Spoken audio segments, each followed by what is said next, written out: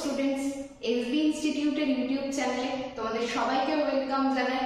আজকের ক্লাসটি কিসের ওপর হতে চলেছে দেখে নিই। ইউরোপীয়দের ভারতে আগমনের বিষয়ে ফার্স্ট পার্ট গত দিনের ক্লাসে আমরা আলোচনা করেছিলাম। আজকের ক্লাসে থাকছে কাদের সম্পর্কে আলোচনা? ইংরেজদের সম্পর্কে, ডেনমার্কদের সম্পর্কে এবং ফরাসিদের সম্পর্কে আজকের ক্লাসের আলোচনা থাকছে। সুতরাং কেউ ভিডিওটি স্কিপ না করে প্রত্যেকে শেষ পর্যন্ত সাথে থাকো। যারা প্রথম ক্লাস দেখছো অবশ্যই চ্যানেলটিতে সাবস্ক্রাইব করো। ভিডিও ভালো লাগলে লাইক করতে ভুলবে না এবং তার সঙ্গে ভিডিও শেয়ার করো। চলো আজকে দেখে নিই ক্লাসে মূল আকর্ষণীয় বিষয় কি কি রয়েছে। দেখো, প্রথমে আলোচনা করে নেব ইংরেজদের সম্পর্কে। আজকে আমরা আলোচনা করব ফার্স্টে। দেখে প্রথমে ইংরেজরা ভারতে আগমনের ইচ্ছা প্রকাশ করলেন কেন হঠাৎ করে? 16 শতকে ফ্রান্সিস ড্রেক এবং র্যালফ ফিচ এই দুজন যখন ভারতবর্ষ থেকে ইংল্যান্ডে ফিরে গেলেন, তখন সেখানে গিয়ে প্রাচ্য দেশের বিভিন্ন ঐশ্বর্য, সম্পদ এবং ব্যবসা বাণিজ্যের কথা কিন্তু পাশ্চাত্যের দেশে বা নিজেদের দেশে প্রকাশ করলেন এবং সেখান থেকেই ইংরেজরা কিন্তু প্রাচ্য দেশে আসার জন্য এবং ব্যবসা বাণিজ্য করতে আগ্রহী হয়ে উঠল। সেই সূত্রে 1599 খ্রিস্টাব্দে একটা বণিক সংগঠন গঠিত হলো, সেটা হচ্ছে মার্চেন্ট অ্যাডভেঞ্চারাস। তাহলে 1599 খ্রিস্টাব্দে তৈরি হয়ে গেল মার্চেন্ট অ্যাডভেঞ্চারাস, যেটা কিনা একটা বণিক সংঘ, যারা ভারতে আসবেন এবং ব্যবসা বাণিজ্য করবেন বলে মনস্থির করলেন। 1600 খ্রিস্টাব্দের 31শে ডিসেম্বর দেখো, ইস্ট ইন্ডিয়া কোম্পানিকে রানী এলিজাবেথ 15 বছরের জন্য একচেটিয়া বাণিজ্যের সনদ বা অধিকার দিলেন। তাহলে দেখো, এইটা হচ্ছে সব থেকে গুরুত্বপূর্ণ। 1600 খ্রিস্টাব্দের 31শে ডিসেম্বর কিন্তু একটা ঘটনা ঘটলো, সেটা হচ্ছে ইস্ট ইন্ডিয়া কোম্পানিকে রানী এলিজাবেথ তিনি কিন্তু 15 বছর প্রাচ্য দেশে ব্যবসা বাণিজ্যের জন্য একচেটিয়া একটা বাণিজ্যিক অধিকার দিলেন ইস্ট ইন্ডিয়া কোম্পানিকে। এরপর দেখো, ইংল্যান্ডের যিনি রাজা, প্রথম জেমসের দূত হিসেবে উইলিয়াম হকিন্স 1608 খ্রিস্টাব্দে মুঘল সম্রাট জাহাঙ্গীরের দরবারে আসেন। তাহলে ইংরেজরা কার দরবারে ভারতে আসলেন? ইংরেজরা আসলেন কিন্তু মুঘল সম্রাট জাহাঙ্গীরের দরবারে। কত খ্রিস্টাব্দে? 1608 খ্রিস্টাব্দে। কে আসলেন? প্রথম যিনি জেমস, ইংল্যান্ডের ওই মুহূর্তে যিনি রাজা ছিলেন প্রথম জেমস, তার দূত হিসেবে কিন্তু উইলিয়াম হকিন্স 1608 খ্রিস্টাব্দে চলে এলেন। কোথায়? জাহাঙ্গীরের দরবারে চলে আসলেন। জাহাঙ্গীর সুরাটে বাণিজ্য কুঠি স্থাপনের অনুমতি দিয়ে দিলেন। তাহলে ইংরেজদের ভারতে আগমনের পর প্রথম বাণিজ্য কুঠি কোথায় ছিল? সেটা হচ্ছে সুরাটে ছিল। সুরাটে কিন্তু ইংরেজরা প্রথম বাণিজ্য কুঠি নির্মাণ করেছিল। এবার কথা হচ্ছে, এই যে সুরাটে জাহাঙ্গীর বাণিজ্য করতে দিলেন, সেটার ফলে কিন্তু সেটার যে ফলাফল সেটা খুব একটা ভালো হয়েছিল না। কারণ এই যে ইংরেজরা সুরাটে বাণিজ্য করতে শুরু করলো, এর ফলে পর্তুগিজ, মানে যারা ইংরেজদের আগে এসেছে, পর্তুগিজরাও কিন্তু ভীষণভাবে ক্ষোভ প্রকাশ করলো। ভারতীয় যারা বণিক রয়েছে তারাও কিন্তু ক্ষোভ প্রকাশ করলো এবং ইংরেজদের এই কার্যকলাপকে তারা একদম, মানে ভারতীয় বণিকরা এবং পর্তুগিজ বণিকরা একদম সমর্থন করলেন না। এরপর দেখো, 1611 খ্রিস্টাব্দে ইংরেজ ইস্ট ইন্ডিয়া কোম্পানি মুসলিপত্তনমে বাণিজ্য কুঠি স্থাপন করলেন। তাহলে প্রথম বাণিজ্য কুঠি কোথায় স্থাপিত হয়েছিল? সুরাটে। সেকেন্ড যে বাণিজ্য কুঠি সেটা কোথায় স্থাপিত হলো? মসলিপত্তনমে সেকেন্ড বাণিজ্য কুঠি স্থাপিত হলো। 1612 খ্রিস্টাব্দে সুরাটের কাছে সুভালির নহযুদ্ধে ব্রিটিশরা পর্তুগিজদের পরাজিত করে ফেলল। তাহলে এটা একটা গুরুত্বপূর্ণ জায়গা। সুরাটের কাছে সুভালির নহযুদ্ধে ব্রিটিশরা পর্তুগিজদেরকে পরাজিত করল। 1613 খ্রিস্টাব্দে সুরাট ইংরেজদের প্রথম বাণিজ্য কুঠি হিসেবে স্থাপিত হলো। তাহলে এই 1613 সালটা কিন্তু ভীষণ ভীষণ ইম্পর্টেন্ট একটা সাল, কারণ এই সালটাতে কিন্তু ইংরেজদের প্রথম বাণিজ্য কুঠি হিসেবে সুরাট স্থাপিত হলো। 1615 খ্রিস্টাব্দে ইংল্যান্ডের রাজা প্রথম জেমসের দূত হিসেবে টমাস রো ভারতে বাণিজ্যিক সুবিধা লাভ করেন। তাহলে 1615 সালে প্রথমে তো দেখতে পেলাম উইলিয়াম হকিন্স এলেন, তারপর দেখতে পাচ্ছি 1615 খ্রিস্টাব্দে ইংল্যান্ডের রাজা প্রথম যিনি জেমস তার দূত হিসেবে কে আসলেন ভারতে? টমাস রো আসলেন। এই টমাস রো তার একটা বিশেষ বাণিজ্যিক নীতি ছিল, সেটা কি? গান বোট কূটনীতি। এইটা কিন্তু অবলম্বন করে তিনি ভারতে বাণিজ্যিক বিস্তার ঘটাতে শুরু করে দিলেন। তাহলে যদি বলে যে গানবোট কূটনীতি এটা কার প্রবর্তিত বা কে অবলম্বন করতেন, তাহলে উল্লেখ করতে হবে কিন্তু টমাস রোর নাম। তিনি ভারতে আসার পর মানে 1615 খ্রিস্টাব্দের পর তিনি কিন্তু ধীরে ধীরে ভারতে বাণিজ্যিক সুবিধাগুলো লাভ করতে শুরু করলেন। 1651 খ্রিস্টাব্দে ইস্ট ইন্ডিয়া কোম্পানি বার্ষিক 3000 টাকার বিনিময়ে বাংলার শাসনকর্তা শাহ সুজার কাছ থেকে বাংলায় বাণিজ্যের অধিকার পেয়ে গেলেন। তাহলে দেখো 1651 সাল, সেখানে কি দেখা যাচ্ছে? বছরে 3000 টাকার বিনিময়ে ইংরেজরা কিন্তু বাংলার যিনি শাসনকর্তা ছিলেন শাহ সুজার কাছ থেকে বাংলায় বাণিজ্যের একটা অধিকার লাভ করে ফেললেন বছরে 3000 টাকার বিনিময়ে। এরপরে বলছে বাংলার যিনি শাসনকর্তা শায়েস্তা খানের সময় জগ চানক তিনি কিন্তু কোথায় চলে এলেন? বাংলায় চলে এলেন। এবং জগ চানক আসার পর প্রথম তিনি বাণিজ্য কুঠি নির্মাণ করেছিলেন কোথায়? উলুবেড়িয়াতে। কারণ তার আগেই আমরা দেখতে পাচ্ছি কি 3000 টাকার বিনিময়ে কিন্তু বাংলায় বাণিজ্যের অধিকার লাভ করে ফেলেছে ইংরেজ ইস্ট ইন্ডিয়া কোম্পানি। এই মুহূর্তে দাঁড়িয়ে জগ চানক ভারতে আসলেন এবং বাংলায় এসে তিনি উলুবেড়িয়াতে বাণিজ্যিক কুঠি নির্মাণ করলেন। 1690 খ্রিস্টাব্দে দেখো জগ চানক গঙ্গার পূর্ব তীরে সুতানুটি গ্রামে প্রথম পরবর্তী বাণিজ্য কুঠিটা নির্মাণ করেন। তাহলে প্রথম তিনি নির্মাণ করছিলেন উলুবেড়িয়াতে, তারপর কিন্তু তিনি গঙ্গার পূর্ব তীরে সুতানুটিতে কিন্তু বাণিজ্য কুঠি নির্মাণ করলেন। কে করলেন? জগ চানক করলেন। 1698 খ্রিস্টাব্দে কলকাতা, সুতানুটি, গোবিন্দপুর এগুলো নিয়ে কিন্তু গড়ে উঠলো বর্তমানে যে কলকাতা শহর সেটা। তার মানে জগ চানক আমরা প্রত্যেকে জানি কলকাতা শহরের প্রবর্তক ছিলেন বা পত্তন করেছিলেন। তাহলে তিনি কত সালে? দেখো 1698 সালে কিন্তু তিনি কি করলেন? সুতানুটি, তারপর কলকাতা এবং গোবিন্দপুর এই তিনটে জায়গাকে নিয়ে গড়ে তুললেন কলকাতা শহর, বর্তমান কলকাতা। 1700 সাল ভীষণ ইম্পর্টেন্ট, তোমরা প্রত্যেকে যারা প্রস্তুতি নিচ্ছ তোমরা প্রত্যেকে 1700 সালটা জানোই কেন গুরুত্বপূর্ণ।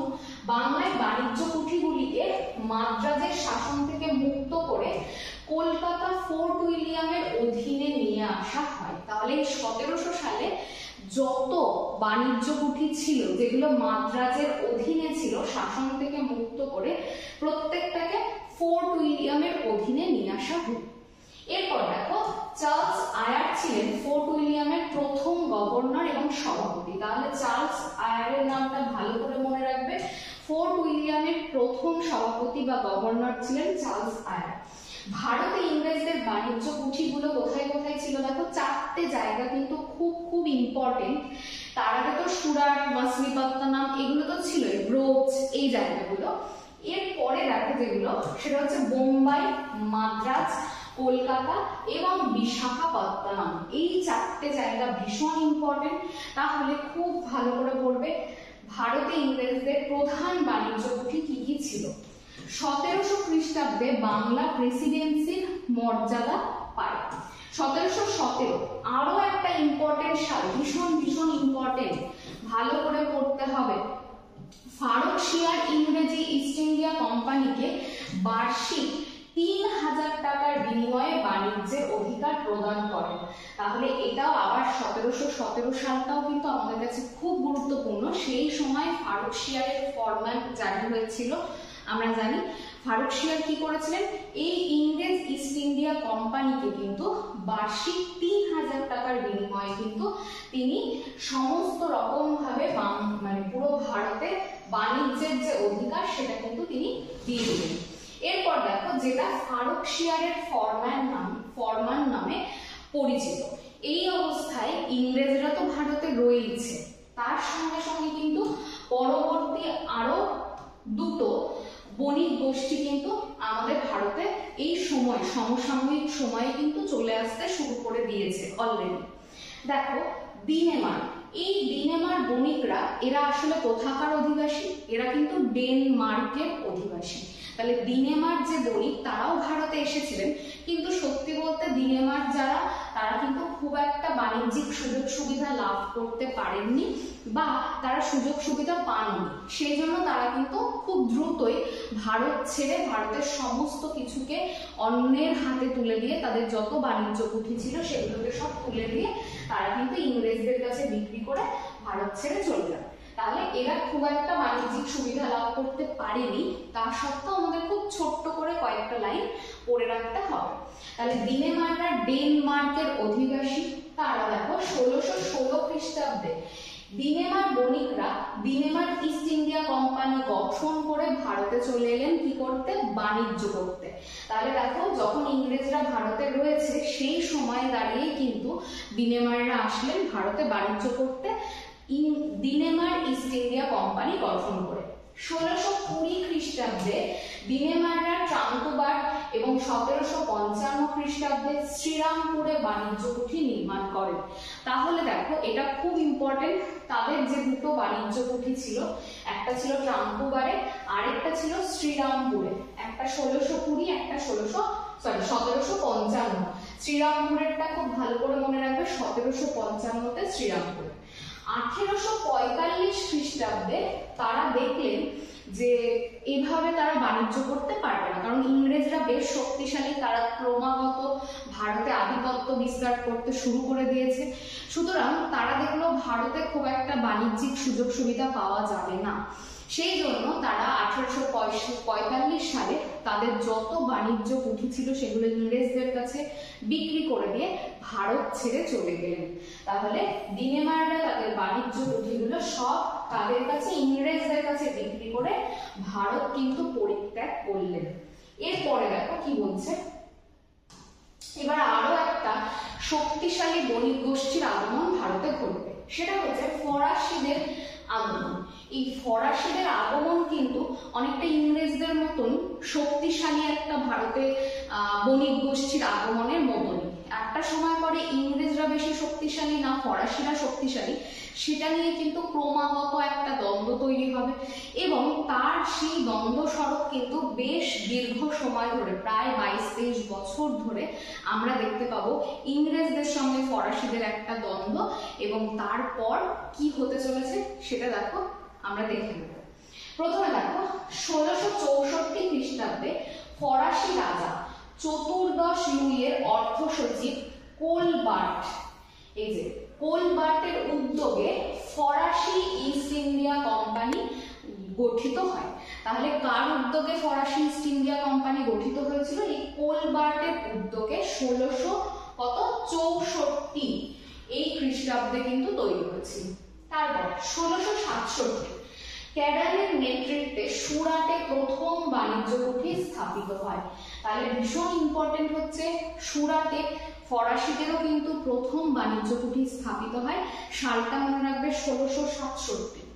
1669 খ্রিস্টাব্দে মছলিপত্তনমে দ্বিতীয় ফরাসি বাণিজ্য কুঠি নির্মাণ হয়। তাহলে প্রথমে হলো সুরাটে, তারপরে হলো মছলিপত্তনমে। তারপর দেখো 1673 খ্রিস্টাব্দে ফরাসিরা পন্ডিচেরি, যেটার বর্তমান নাম হচ্ছে পুদুচেরি, সেখানে ফরাসি উপনিবেশ স্থাপন করে ফেললেন।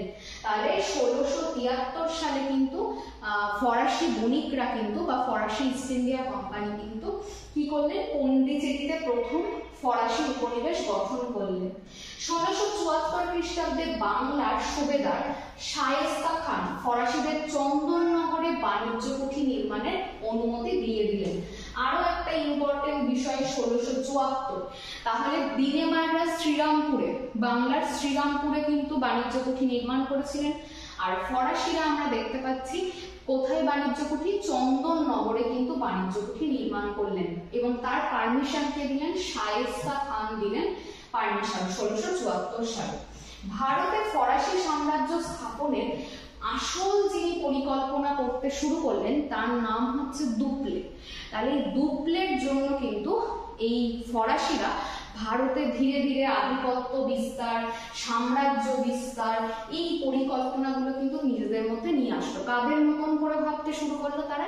ইংরেজদের মতন করে ফরাসিরাও ভাবতে শুরু করলো যে না, ভারতে বেশ আস্তে পৃষ্ঠে নিজেদের সাম্রাজ্য বিস্তার করতে হবে এবং ভারত থেকে আমাদেরকে লুট করতে হবে। পরের দেখো,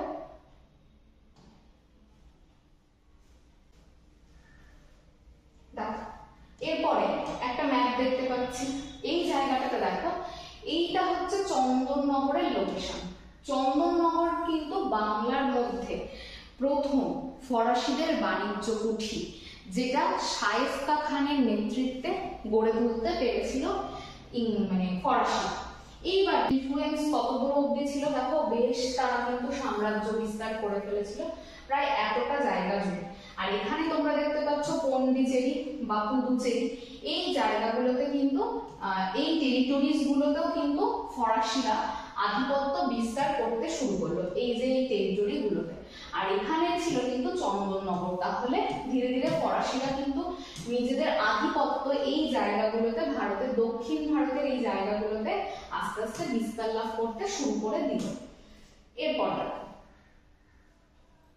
বলছে 1731 খ্রিস্টাব্দে এই যে দুপ্লে, যার কথা বললাম, যিনি কিন্তু ভারতের সাম্রাজ্য বিস্তার করার পরিকল্পনাটা মূল করেছিলেন, এই দুপ্লের কথা, চন্দননগরের শাসনকর্তা এবং 1742 খ্রিস্টাব্দে পন্ডিচেরির গভর্নর হিসেবে নিযুক্ত হলেন। তাহলে ওই যে বললাম, দুপ্লে আসার পর থেকে ফরাসিরাও কিন্তু ইংরেজদের মতন করে ভাবতে শুরু করলেন যে ইংরেজরা যেরকম ভারতে এসে নিজেদের ক্ষমতার এবং প্রভাব বিস্তার করতে চাইছিল, রাজনৈতিক ক্ষমতার অধিকারী হতে চাইছিল, সেটা কিন্তু এই দুপ্লের নেতৃত্বে ফরাসিদের মধ্যে আবার উদ্ভূত হলো এবং এর ফলে ইংরেজ এবং ফরাসিদের মধ্যে একটা দ্বন্দ্ব তৈরি হয়ে গেল যে কারা ভারতে মূলত সাম্রাজ্য বিস্তার করবে সেটা নিয়ে। তাহলে দেখো 1731 খ্রিস্টাব্দে দুপ্লে চন্দননগরের শাসনকর্তা হয়ে গেলেন, আর 1742 খ্রিস্টাব্দে কিন্তু পন্ডিচেরির গভর্নর নিযুক্ত হলেন এই দুপ্লে। ইংরেজদের মতো ফরাসিরাও রাজনৈতিক ক্ষমতা দখলে উদ্যোগী হলে ভারতে ইংরেজ ও ফরাসিদের মধ্যে কিন্তু দীর্ঘ সময়, একটু আগেই বলেছি 22 থেকে 23 বছর ধরে তাদের মধ্যে কিন্তু যুদ্ধ চলতে থাকে, বিভিন্ন যুদ্ধ। তাহলে দেখো বিভিন্ন যুদ্ধ বলতে কি অনেকগুলো যুদ্ধ তাদের মধ্যে কিন্তু হয়েছিল। তাহলে ইংরেজদের মতো যাতে ফরাসিরাও রাজনৈতিক ক্ষমতা দখল করতে পারে সেটা নিয়ে কারা বেশি শক্তিশালী সেটা নিয়ে ইংরেজ এবং ফরাসিদের মধ্যে 1740 থেকে 1763 প্রায় দীর্ঘ 23 বছর তাদের মধ্যে কিন্তু একটা সংগ্রাম চলতে থাকে, যেটার নাম হচ্ছে ইঙ্গো ফরাসি যুদ্ধ। এই যুদ্ধটা কিন্তু কর্ণাটকের যুদ্ধ নামেও পরিচিত। তাহলে ইঙ্গো ফরাসি যুদ্ধ প্রথম, দ্বিতীয় এভাবে কিন্তু চলতে থাকে এবং সেটা দেখতে পাই দীর্ঘ 23 বছর ধরে ইংরেজ এবং তার সঙ্গে ফরাসিদের এই দ্বন্দ্ব। এই যুদ্ধটাই কর্ণাটকের যুদ্ধ নামে পরিচিত ছিল। তাহলে মোটামুটি ভাবে কোন কোন ইংরেজ বণিকরা ভারতে এসেছিলেন, তারা মোটামুটি কোথায় কোথায় বাণিজ্য কুঠি নির্মাণ করেছিলেন, এই সমস্ত বিষয় কিন্তু দুটো ক্লাসে ক্লিয়ার হয়ে গেল। পরবর্তী ক্লাসে কিন্তু আমরা এই ইঙ্গো ফরাসি যুদ্ধগুলো নিয়ে কিন্তু বিশদে আলোচনা করব।